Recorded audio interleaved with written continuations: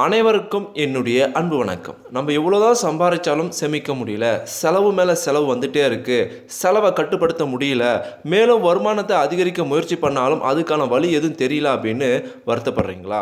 செல்வம் என்பது நம்மளை சார்ந்த விஷயங்கள் மட்டுமல்ல, நாம் இருக்கக்கூடிய வீட்டினுடைய அமைப்பையும் சார்ந்த ஒரு விஷயமாக கருதப்படுது. செல்வம் என்பது தனிப்பட்ட ஒருவருடைய முயற்சியால் மட்டுமல்ல, பலவிதமான அதிர்வுகளும் பலவிதமான சக்தியாலும் தான் செல்வம் ஒருவரை நோக்கி வந்து கொண்டே இருக்கும். ஒருவர் செல்வத்தை ஈர்க்க முடியும் அப்படின்னு சொல்றாங்க. தப்பி தவறி கூட வீட்டில் நீங்க செல்வத்தை இந்த ஒரு குறிப்பிட்ட இடத்தில் வைப்பதன் மூலம் செல்வத்தை ஈர்க்கக்கூடிய ஆற்றல் உங்களுக்கு குறையும். மேலும் செல்வத்தை சில குறிப்பிட்ட விசேஷமான இடங்கள் வைப்பதன் மூலம் செல்வம் மேலும் அதிகரிக்கும் அப்படின்னு சொல்றாங்க. நான் உங்கள் சீனிவாசன் தமிழ்ச்செல்வி மணி. இந்த வீடியோ ரொம்பவும் சுவாரஸ்யமாக இருக்கும். வீடியோவை ஸ்கிப் பண்ணாம பாருங்க. இது வரைக்கும் இந்த சேனல் நீங்கள் சப்ஸ்கிரைப் பண்ணாமல் இருந்தீங்கன்னா உடனே சப்ஸ்கிரைப் பண்ணுங்கள். மேலும் பக்கத்தில் ஒரு பெல் ஐக்கான் இருக்கும், அந்த பெல் ஐக்கானும் ப்ரெஸ் பண்ணுங்கள். நான் கொடுக்குற ஒவ்வொரு வீடியோவும் உங்களுக்கு உடனடியாக நோட்டிஃபிகேஷனாக வந்துடும். செல்வம் அப்படின்னாலே அது சென்று கொண்டு இருக்கும் அப்படின்னு சுருக்கமாக சொல்லுவாங்க. இருந்தாலும் அந்த செல்வம் நம்மளை திருப்திப்படுத்தி விட்டு நம் ஆசையை நிறைவேற்றி விட்டு தான் செல்ல வேண்டும். அவ்வாறு சென்றால் தான் அது செல்வம், அப்படி இல்லைனா அது நஷ்டம் அப்படின்னு சொல்லுவாங்க. நம்ம எவ்வளோதான் சம்பாதிச்சாலும் அந்த செல்வத்தை கொண்டு பல்வேறு சொத்துக்களை வாங்கும் போது தான் நாம் சம்பாதித்த பணத்திற்கு மதிப்பு, நம்மளுக்கு கௌரவம் அப்படின்னு சொல்லுவாங்க. அந்த வகையில் செல்வத்தை மென்மேலும் ஈர்க்கவும் செல்வத்துடைய இழப்பை மென்மேலும் குறைக்கவும் சில வாஸ்து இடங்கள் நம்முடைய வீட்டில் சொல்லியிருக்காங்க. இது குறிப்பாக வீடுகளில் மட்டும்தான் பொருந்தும். வீடுகளில் குறிப்பிட்ட சில விசேஷமான இடங்களில் நாணயங்களை வைப்பதன் மூலம் நாம் பயன்படுத்தக்கூடிய நாணயமாக இருக்கலாம். ஒருவேளை நீங்கள் வெளிநாட்டில் வசிக்கிறீங்க அப்படின்னா அந்த நாட்டுடைய நாணயங்களை கூட நீங்கள் வைக்கலாம். நாணயங்கள் என்பது அது செல்வமாக கருதப்படணும். அந்த நாணயங்கள் மட்டும்தான் நீங்கள் வைக்கணும். விளையாட்டுக்கு பயன்படுத்தக்கூடிய நாணயங்களை வைக்கக்கூடாது. ஒருவேளை நீங்கள் தங்க நாணயமாகவோ வெள்ளி நாணயங்களை கூட நீங்கள் இந்த விசேஷமான இடங்களை வைப்பதன் மூலம் செல்வத்தை ஈர்க்கக்கூடிய அற்புதமான சக்தி, வைப்ரேஷன் அந்த வீட்டிற்கு உருவாகும். இதனாலே அந்த வீட்டில் சம்பாதிக்கக்கூடிய நபர்களுக்கு செல்வத்தை மென்மேலும் ஈர்க்கக்கூடிய அந்த அட்ராக்ஷன் ஆஃப் மணி அதிகரிக்கும் அப்படின்னு சொல்லப்படுது. முதல் இடமாக வீட்டில் நகை வாங்குவோம் இல்லையா, அந்த நகை பெட்டி, அது சின்ன பாக்ஸாக இருந்தாலும் சரி, பெரிய பாக்ஸாக இருந்தாலும் சரி, தங்க நகை வாங்கக்கூடிய பெட்டியில் நீங்கள் நாணயங்களை வைக்க வேண்டும். தங்கம் என்பது செல்வத்தில் கொஞ்சம் உயர்ந்த மதிப்பு கொண்ட ஒரு பொருளாக கருதப்படுது. மேலும் தங்கம் என்பது லக்ஷ்மி அம்சம் கொண்டதாக கருதப்படுது. தங்கம் என்பது விலை உயர்ந்த ஒரு பொருளாகவும் மக்களால் கருதப்படுவதால் அந்த தங்கம் வாங்கும் போது கொடுக்கப்பட்ட பாக்ஸ், அது சின்ன பாக்ஸாக இருந்தாலும் சரி, இல்லை நெக்லஸ் வாங்கும்போது பெரிய பாக்ஸ் கொடுத்துருப்பாங்க, அந்த பாக்ஸாக இருந்தாலும் சரி, தங்க பெட்டியில், அதாவது தங்கம் வாங்கும் போது கொடுத்த பெட்டியில் நாணயங்களை வைக்க வேண்டும். இந்த இடங்களில் நாணயங்களை வைப்பதன் மூலம் செல்வத்தை மென்மேலும் ஈர்க்கவும் செல்வத்தை ஈர்க்கக்கூடிய ஆற்றல் கொண்ட சக்தி அந்த செல்வத்தை சம்பாதிக்கக்கூடிய நபர்களுக்கு கிடைக்கும் அப்படின்னு சொல்லப்படுது.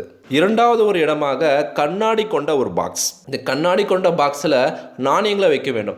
இந்த இடத்துல நாணயங்கள் வைப்பதன் மூலம் அந்த இடத்துல நீங்கள் ஒரு நாணயங்கள் வச்சிங்க அப்படின்னா அது இரட்டிப்பாக காட்டும். ஒரு கண்ணாடி இருந்துச்சா, ஒருவேளை சுற்றி கண்ணாடியாகவே இருக்கக்கூடிய ஒரு பாக்ஸை நீங்கள் வச்சிங்க அப்படின்னா எத்தனை பிம்பங்கள் வரும் என்று நம்மளால் கணக்கிட முடியாது. அந்த அளவுக்கு நாணயங்கள் பிம்பங்களாக தெரியும். இந்த ஒரு பெட்டி வந்து பார்த்தீங்கன்னா செல்வத்தை மென்மேல ஈர்க்கக்கூடிய ஒரு மிகப்பெரிய கதவை திறந்து கொடுக்கும் அப்படின்னு சொல்கிறாங்க. அதாவது வேற ஏதாவது ஒரு வழியில் நம்ம நல்ல முறையில் இன்கம் சம்பாதிக்கணும், அந்த வழி தெரியல அப்படின்னு நீங்கள் யோசிக்கிறீங்களா பார்த்தீங்களா, அவங்களுக்குலாம் கண்ணாடி கொண்ட பாக்ஸில் நாணயங்கள் வைப்பதன் மூலம் பல்வேறு விதமான வழிகளில் நல்ல முறையில் செல்வத்தை ஈர்க்கக்கூடிய யோசனைகள் அவங்களுக்குள்ள வந்துட்டே இருக்கும் அப்படின்னு சொல்றாங்க. மேலும் ஒரு குறிப்பிட்ட இன்கம் மட்டும் இல்லாமல் மல்டிபிள் இன்கம் வருவதற்கான வாய்ப்பும் ஏற்படும். பணம் வந்து ஈர்க்கக்கூடிய சக்தி ரொம்ப அதிகமாக கிடைக்கும் அப்படின்னு சொல்லப்படுது. கண்ணாடி கொண்ட பாக்ஸ் நாணயங்கள் வைப்பதன் மூலம் செல்வம் வருவதற்கான பல்வேறு விதமான என்ட்ரன்ஸை வந்து அது கிரியேட் பண்ணும். அந்த வைப்ரேஷனை உங்களுக்குள்ளேயும் அந்த வீட்டுக்குள்ளேயும் கிரியேட் பண்ணும் அப்படின்னு சொல்றாங்க. மேலும் செல்வம் செலவாகக்கூடிய பல்வேறு விதமான வழிகளை அது தடுக்கும் அப்படின்னு சொல்லப்படுது. மூணாவது பிளேஸாக நம்ம வீட்டில் அமர்ந்து சாப்பிடக்கூடிய ஒரு இடம், நம்ம வீட்டில் அதிகமாக அமர்ந்து பேசக்கூடிய ஒரு இடம். பெரும்பாலும் நம்ம ஒரு வீடுன்னு இருந்துச்சுன்னு வச்சுங்களேன், நிறைய நல்ல விஷயங்களை டிஸ்கஸ் பண்ணுவோம். கெட்ட விஷயங்கள் இருந்தாலும் சங்கடமான விஷயங்கள் இருந்தாலும் அது குறைந்த அளவு தான் இருக்கும். நம்ம சந்தோஷமாக இருப்போம், சந்தோஷமான விஷயங்களை பேசுவோம், நல்ல சுப முகூர்த்தமான விசேஷங்கள், நல்ல அற்புதமான முன்னேற்றம் தரக்கூடிய நிறைய ஐடியாக்கள் அதிகமாக பேசுவோம். மேலும் சந்தோஷம் தரக்கூடிய பல நிகழ்வுகள், பல இன்சிடென்ட்டுகள் அந்த ஒரு குறிப்பிட்ட இடத்துல இடத்துல நிகழுது, அந்த இடத்துல ஏற்படுது அப்படின்னா அந்த இடங்களை ஒரு பாக்ஸில் போட்டு நீங்கள் நாணயம் வைக்கலாம். அவ்வாறு அந்த ஒரு குறிப்பிட்ட இடத்துல நீங்கள் வைப்பதன் மூலம் அந்த இடத்தில் நீங்கள் சந்தோஷமாக இருந்தீங்க இல்லையா, அந்த நினைவுகள் பதிஞ்சிருக்கும். அந்த சந்தோஷமான நேரத்தில் உருவான நேர்மறையான ஆற்றல்கள் அந்த இடத்துல பதிஞ்சிருக்கும். அதனால் அந்த இடத்துல செல்வங்கள் வைப்பதன் மூலம் அந்த செல்வத்தை மென்மேலும் அதிகரிக்கக்கூடிய பல வழிகளை உங்களுக்குள் தூண்டிவிடும், பல்வேறு விதமான சக்திகளை உங்களுக்குள் தரும் அப்படின்னு சொல்கிறாங்க. குறிப்பாக நீங்கள் அமர்ந்து சாப்பிடக்கூடிய ஒரு இடம், அதிகமாக உட்காந்து நல்ல விஷயங்களை பேசிய இடங்களை நீங்கள் நாணயங்களை வைப்பது மிகவும் மிகவும் நல்லது அப்படின்னு சொல்லப்படுது. 4வது இடமாக இது ரொம்ப முக்கியமாக கருதப்படுது. வீட்டின் மிக உயரமாக இருக்கக்கூடிய இடம், வீட்டிற்குள், அதாவது வீட்டிற்கு வெளியே இல்லை, வீட்டிற்குள்ளே மிக உயரமாக இருக்கக்கூடிய ஒரு இடத்துல நீங்கள் நாணயங்களை வைக்கணும்.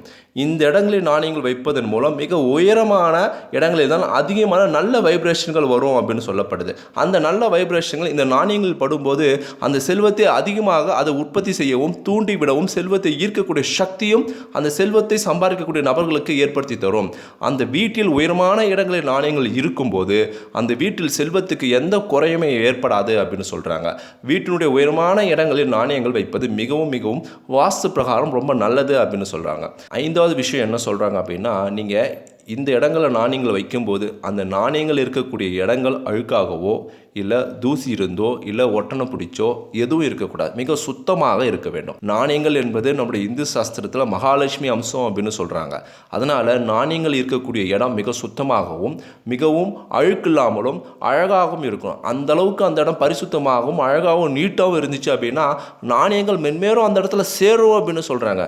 நாணயங்கள் இருக்கிற இடத்துல குப்பைகள் இருக்கக்கூடாது, தூசிகள் இருக்கக்கூடாது, அழுக்குகள் இருக்கக்கூடாது, ஒட்டனைகள் இருக்கக்கூடாது, தேவையில்லாத கிழிஞ்சி போன உடைஞ்ச பொருட்களும் இருக்கக்கூடாது. இது போல இல்லாமல் மிக நீட் அண்ட் கிளீனாக இருந்துச்சுன்னு வச்சிங்களேன், அது மென்மேலும் செல்வத்தை ஈர்க்கும் அப்படின்னு சொல்கிறாங்க. இப்போ செல்வத்தை எப்படி ஈர்க்கக்கூடிய ஆற்றலை தரக்கூடிய இடங்களை நம்ம பார்த்தோம். அதே போல் செல்வம் அதிகமாக செலவழிஞ்சிட்டே இருக்குது, சேமிக்கவே முடியல, எவ்வளோ சம்பாதிச்சாலும் நமக்கு செலவு அதிகமாகிட்டே இருக்குது அப்படின்னா சில தவறுகள் செய்வோம். அதுபோல் தவறுகள் நம்ம தப்பி தவறி கூட மென்மேலும் செய்யக்கூடாது. அப்படி செஞ்சோம் அப்படின்னா செல்வம் நம்மளிடம் சேரவே சேராது அப்படின்னு சொல்கிறாங்க. முதல் விஷயம் என்னன்னு பார்த்தீங்கன்னா, இந்த குறைந்த மதிப்பு கொண்ட நோட்டுகள் 10 ரூபாய், 20 ரூபாய், 50 ரூபாய், சில நேரங்களில் 100 ரூபாய், இந்த நோட்டுகளை ரொம்ப அழுக்காகவோ ரொம்ப கசக்கியோ இருந்துச்சுன்னு வச்சுங்களேன், அந்த நோட்டுகளை அந்த பணங்களை நீண்ட நாட்களுக்கு நீங்கள் வைத்திருக்கக்கூடாது. உடனே அதை செலவு பண்ணிடணும், இல்லைனா உடனே அதை தான தர்மத்துக்கு பயன்படுத்தணும். செல்வத்தை பொறுத்த வரைக்கும் அது நாணயமாக இருந்தாலும் சரி இல்லை ரூபாய் நோட்டுகளாக இருந்தாலும் சரி மிக தூய்மையாக ரொம்ப பரிசுத்தமாக அதை பராமரிக்கும். அதில் கிறுக்கிறதும் அதில் எழுதுறதும் அதில் கசக்கிறதும் அதை அழுக்காக்கிறதும் இவ்வாறு செஞ்சுங்க அப்படின்னா அந்த நாணயத்தினுடைய சக்தி அதிர்வுகள் குறைந்து அந்த நாணயம் மென்மேலும் இவங்கிட்ட போய் சேரக்கூடாது, இவங்கிட்ட போனால் இவன் நம்மளை கசக்கிறான் அழுக்காக்குறான் அப்படின்னு நினைக்கும் அப்படின்னு சொல்கிறாங்க. அது ஒரு விதமான எதிர்மறை ஆற்றலை தூண்டுவிடும் அப்படின்றாங்க. அந்த எதிர்மறையான ஆற்றல்கள் எதிர்மறையான அதிர்வெண்கள் வந்து பார்த்திங்கன்னா செல்வத்தை மென்மேலும் செலவு செய்யவும் செல்வத்தை மென்மேலும் வராமல் தடுக்கவும் செய்யும் அப்படின்னு சொல்கிறாங்க. முடிஞ்ச வரைக்கும் நோட்டை கசங்காமலும் அழுக்காகாமலும் நீட்டாக வச்சுருக்கிறோம். ஒருவேளை நீங்கள் கடைக்கு போகும்போது அது போல் நோட்டு வந்துச்சு அப்படின்னா முடிஞ்ச அளவுக்கு எவ்வளோ சீக்கிரம் முடியுமோ அந்த நோட்டுகளை செலவு செய்யுங்க, தான தர்மம் பண்ணிடுங்க. உங்ககிட்ட இல்லாமல் நீங்கள் பார்த்துக்குங்க. உங்ககிட்ட ஒரு நோட்டு இருந்துச்சு அப்படின்னா அதை நீங்கள் அழுக்காகாமலும் கசக்காமலும் மெயின்டைன் பண்ணுங்க. அவ்வாறு செஞ்சீங்க அப்படின்னா அது செல்வத்தை மென்மேலும் அதிகரிக்கும் அப்படின்னு சொல்கிறாங்க. 2வது விஷயமாக பணத்தை நீங்கள் வைக்கக்கூடிய இடம், அது ஒரு பொருளாக இருந்தாலும் சரி இல்லை ஒரு இடமாக இருந்தாலும் சரி அந்த இடம் நீட்டாக இருக்கணும். அழுக்காகவோ இல்லை ரொம்ப அசுத்தமாகவோ துர்நாற்றமோ வீசக்கூடாது. பர்ஸு கிழிஞ்சிருக்கக்கூடாது, பர்ஸிலேருந்து நாற்றம் வரக்கூடாது. அடுத்து கண்ணாடி பாக்ஸில் நீங்கள் வைக்கிறீங்க அப்படின்னா அந்த கண்ணாடி பொருள் உடஞ்சிருக்கக்கூடாது. ஒரு பாக்ஸில் வைக்கிறீங்க அப்படின்னா அந்த பாக்ஸில் வந்து விரிசல் விட்டுருக்கக்கூடாது. இது போல் எந்தவித டேமேஜும் இல்லாமல் துர்நாற்றம் இல்லாமல் அழுக்கு இல்லாத ஒரு இடங்களில் மட்டும்தான் நீங்கள் பணத்தை வைக்கணும். அப்படி வச்சிங்கன்னா மட்டும்தான் அந்த பணம் மென்மேலும் சேரும் அப்படின்றாங்க. அதை மீறி நீங்கள் வச்சிருக்க இடம் உடஞ்சிருந்தாலோ அழுக்கு இருந்தாலோ கிழிஞ்சிருந்தாலோ துர்நாற்றம் வீசினாலோ அது செல்வத்தை சேர்வதற்கும் செல்வத்தை வருவதற்கும் ஒரு தடங்களாக ஒரு தடையாக இருக்கும் அப்படின்னு சொல்றாங்க. மேலும் வீட்டில் வந்து நாணயங்களை அதிகமாக சேகரிக்கணும். ஒரு குறிப்பிட்ட அளவு அதிகமாக வந்த பிறகு அந்த நாணயங்களை நீங்கள் என்ன பண்ணணும், ஒரு நல்ல விஷயத்துக்கு செலவு பண்ணிடணும். மீண்டும் நாணயங்களை சேகரிக்கணும். நாணயங்கள் எந்த ஒரு வீட்டில் ரொம்ப அதிகமாக இருக்கோ அந்த வீட்டில் செல்வங்கள் அதிகமாக ஈர்க்கும், செல்வங்கள் அதிகமாக ஈர்க்கப்படும் அப்படின்னு சொல்கிறாங்க. ஏன் அப்படின்னா இந்த நாணயங்களுடைய குவியல், இந்த நாணயங்களுடைய ஓசை இது வந்து நேர்மறையான ஒரு ஆற்றலையும் செல்வத்தை ஈர்க்கக்கூடிய அதிர்வெண்களுக்கு கொண்ட ஓசையாக அது கருதப்படுது. எந்த நாட்டு நாணயமாக இருந்தாலும் சரி நாணயங்கள் குவியலாகவோ நாணயங்கள் அதிகமாகவோ நீங்கள் சேகரிச்சிங்க அப்படின்னா அது செல்வத்தை ஈர்க்கக்கூடிய நேர்மறையான ஆற்றலாக கருதப்படுது. அதனால தான் உண்டியில் காசு போடக்கூடிய பழக்கம் நம்மளுடைய பண்டைய காலங்களிலிருந்தே இருக்குது. அந்த உண்டியில் காசு போடுறீங்க அப்படின்னா எக்காரணத்துக்கு ஒன்றும் பிளாஸ்டிக் டப்பா இருக்கக்கூடிய உண்டியில் வாங்காதீங்க. சில்வர் டப்பா அல்லது மண் பாத்திரங்களை வாங்க. அதிலிருந்து வரக்கூடிய சத்தம் தனித்துவமானது.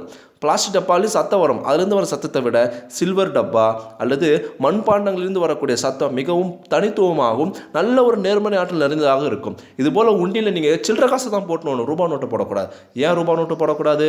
காசோடு சேர்ந்துச்சுன்னு வச்சிங்களேன், அதாவது அந்த நாணயங்களோட ரூபா நோட்டு சேர்ந்துச்சுன்னா அது நல்லா கசங்கும், கிளியறதுக்கு வாய்ப்பு உண்டு. அதனால் நாணயங்களை மட்டும் நீங்கள் சேமிச்சுட்டு வந்தீங்க அப்படின்னா அதுலேருந்து வரக்கூடிய ஓசை, அதுலேருந்து வரக்கூடிய சத்தம் நேர்மறையான ஆற்றலாக மாறி உங்களுடைய வீட்டில் இருக்கக்கூடிய செல்வத்தை மென்மேலும் ஈர்க்கவும் அதிகரிக்கவும் அது உறுதுணையாக இருக்கும் அப்படின்னு சொல்லப்படுது. இதெல்லாம் நம்பிக்கை சார்ந்த ஒரு விஷயங்கள் மட்டுமல்ல, இதை நீங்கள் நடைமுறையில் செயல்படுத்தும் போது அதிலிருந்து வரக்கூடிய பலன்கள் மிக அற்புதமாக இருக்கும். நான் சொன்ன தகவல் உங்களுக்கு மிகவும் பயனுள்ளதாக இருந்திருக்கும் அப்படின்னு நான் நினைக்கிறேன். இந்த வீடியோ பற்றி உங்களுடைய கருத்துக்கள் என்ன அப்படின்னு மறக்காமல் கமெண்ட் பாக்ஸில் கமெண்ட் பண்ணுங்கள். இந்த வீடியோவை அனைவருக்கும் ஷேர் பண்ணுங்கள். நம்மளுடைய டி தமிழ் டெக்னாலஜி சேனலை சப்ஸ்கிரைப் பண்ணுங்கள், லைக் பண்ணுங்கள். மீண்டும் அடுத்த ஒரு சுவாரஸ்யம் வீடியோவில் சந்திக்கலாம். தேங்க்யூ ஃபார் வாட்சிங்.